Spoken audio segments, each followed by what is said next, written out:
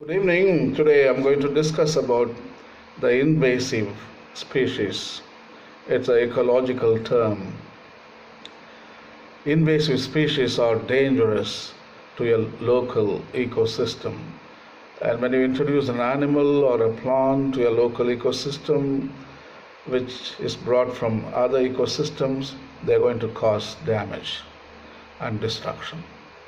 Humans have been responsible for the spread of certain plant and animal species across the earth. Added to this, breeders and researchers are creating entirely new organisms. 3/4 of the planet's landmass has already been altered by humans. Invasive species can be plants, animals, man, or even viruses, bacteria, and other single-celled organisms. Invasive species can be dangerous. Invasive species disrupt food webs, degrade habitats, introduce parasites and diseases, and lead to species at risk. Globally, only habitat loss is a bigger threat to biodiversity. Fishing, hunting, forestry, tourism, and agriculture can all be affected by invasive species. Fighting and preventing the spread of invasive species is also extremely expensive. Invasive species come from other countries or regions and are called exotic or alien when they move outside their native habitat. Not all exotic species are harmful, but those that threaten our environment, economic, or society by disrupting local ecosystems are known as invasive species. One such example of invasive species is Parthenium, a poison plant in India known as Gaja Gans. Parthenium weed's botanical name is Parthenium hysterophorus. It is an herbaceous plant and a native of tropical America.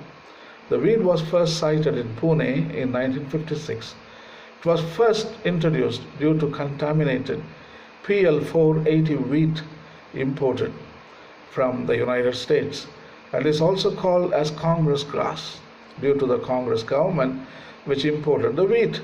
Parthenium entered India with imported food grains in the mid-1950s.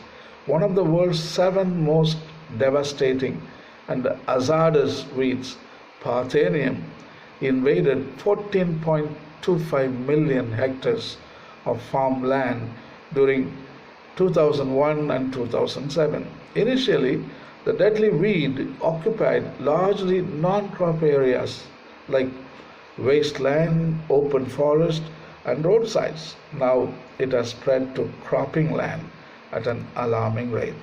Parthenium has been declared noxious in America, Australia, India, and many other countries, especially those having tropical climates. Scientists describe it as a poisonous, allergic, and aggressive weed posing a serious threat to human beings and livestock. It squeezes grasslands and pastures, reducing the fodder supply.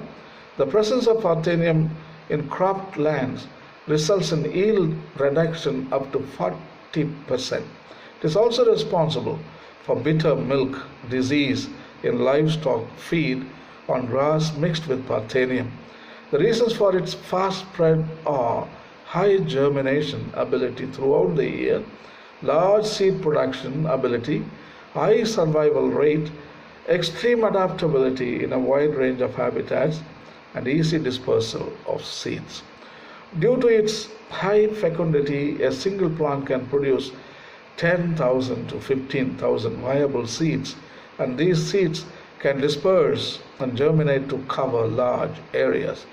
Problems associated with Parthenium: it is a vigorous species which colonizes in grassy land. It reduces the production of pasture. It is very expensive to control. It's a major health hazard to human beings. It emits carbon dioxide and hence poses a problem to nitrogen fixation and becomes a parasite dependent on standing crops and animals in its vicinity. Its pollens are a major cause of asthma, especially in children and elderly people. It is a major cause of allergic rhinitis sinusitis, affecting about 10% of the people who live near it. It's a major cause of dermatitis, a skin disease, among animals and human beings. It reduces yield of milk and weight of animals, and it causes irritation to the eyes. Again, anthropology versus cosmology points out that man is the cause for this invasive crisis.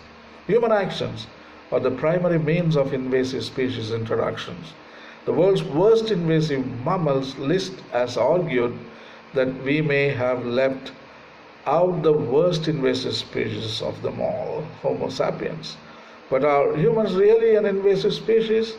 The name of trade and globalization, along with the imported goods, we also import the invasive species of plants and animals as a biological cargo to all the continents. Under its concrete and steel hull, ships transport algae, crabs, starfish, microbes, snails, barnacles, worms, mussels, rats, limpets, and other invasive species to the native land. These invasions, trivial and serious, got me to thinking about an earlier biological event that took place about 40,000 years ago in Australia. It was then that humans, an invasive species, first found their way to the island continent on a different kind of an alien ship. Within a few thousand years of human occupation and completely independent of climate or other environmental changes, most species of large animals in Australia either went extinct or were decimated. Giant kangaroos, flightless birds, and what looked like oversized wombats disappeared in a geological flash. Extending history to archaeology, the indigenous human population of North America sometime before about 15,000 years ago were also invasive species, arriving in several waves, perhaps over the Bering Land Bridge.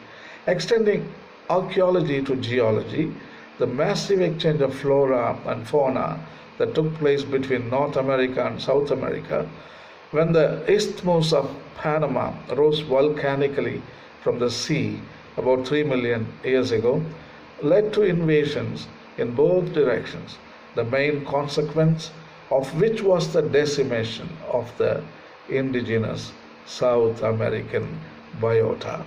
The International Union for Conservation of Nature, which developed the list of the 100 world's worst from which our invasive mammal species originated, defines them as animals, plants, or other organisms introduced by man into places out of their natural range of distribution, where they become established and disperse, generating a negative impact on the local ecosystem and species. And a 2004 paper, Diversity and Distribution, that examines the terminology of invasiveness, notes that there is a lack of consensus on this topic and lists 5 dominant definitions for invasive, the most popular of which is widespread, that have adverse effects on the invaded habitat. Despite the lack of single definition, however, we can pull from these definitions some general aspects of an invasive species and apply those to Homo sapiens. An invasive species is widespread humans, which can be found on every continent, floating on every ocean, and even circling the skies above, certainly meet this aspect of invasiveness. An invasive species has to be a non-native. Humans had colonized every continent. Sure, we have done some rearranging of population since then and had an explosion in population size. An invasive species is introduced to a new habitat. Humans move themselves. There is no outside entity facilitating their spread. An invasive species had adverse effects on its new habitat and or on human health. Humans meet this part of the definition in too many ways to count. Therefore, we are an invasive species. We are certainly doing harm to the world around us. If you think about it, all of the harm done by invasive species is by definition our collective faults. Some kind of human action led to that species being in a new place where it then causes some harm. And so I'm not at all astonished to find people arguing that we are the worst invasive species of them all. Thank you.